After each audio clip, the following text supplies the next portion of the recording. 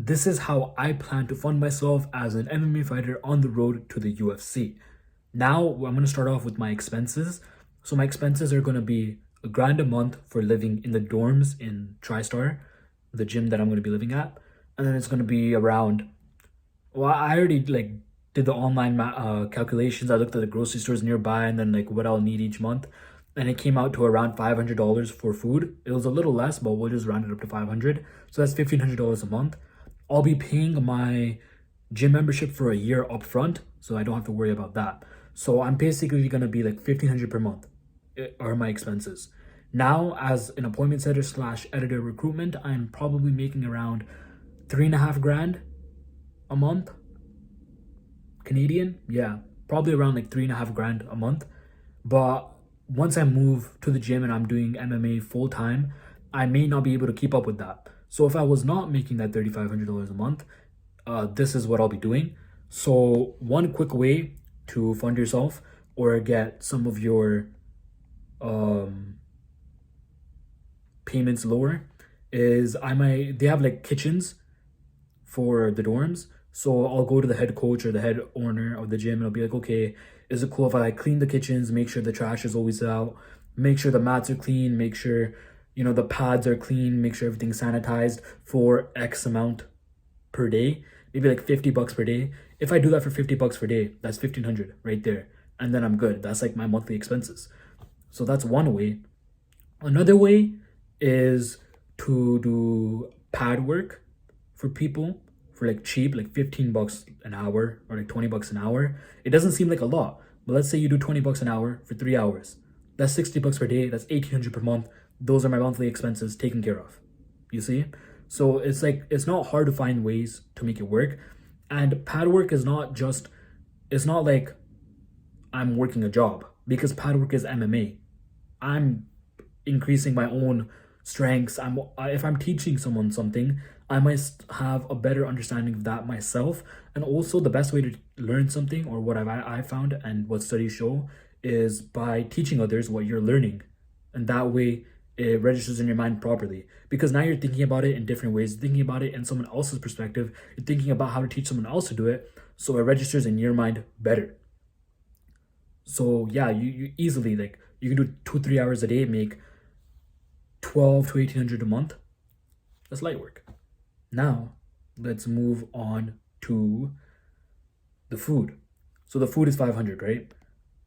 Something that fighters do and something that I might be doing, we'll see what happens, is you go to local restaurants, like not big chains, like local family restaurants, and just go to them, be like, okay, I fight once or twice a month. I have X amount of people coming to watch the fights, maybe like a couple hundred or maybe a couple thousand, depending on where you are in your journey.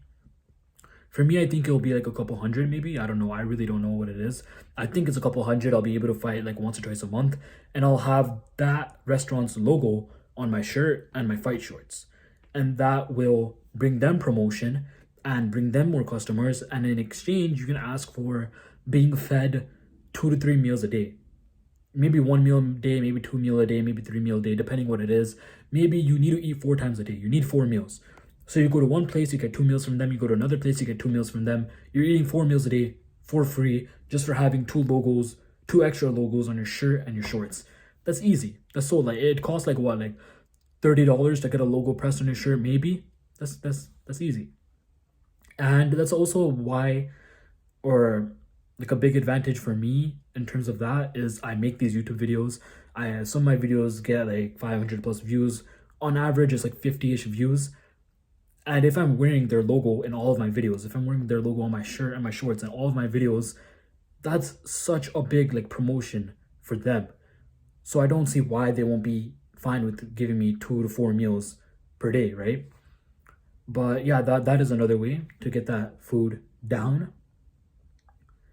And yeah, that's all that I can think of. There's also like, you can just work like a normal job, but I'd much rather just do things in the gym, just be, everything I'm doing is MMA. So if I could like work in a way that is also MMA, that would be perfectly fine. That would be sick. But yeah, that's just like what I'm thinking about how I'll be funding myself.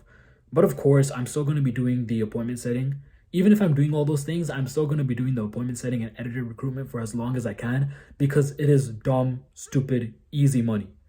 And I'm going to take fucking easy money. I'm going to take the money because obviously I need money as an MMA fighter in order to like fund myself to go to the UFC. Like, what if I have to go to the States for like a fight or some shit, and then I just can't go, I can't travel, I have no money left over?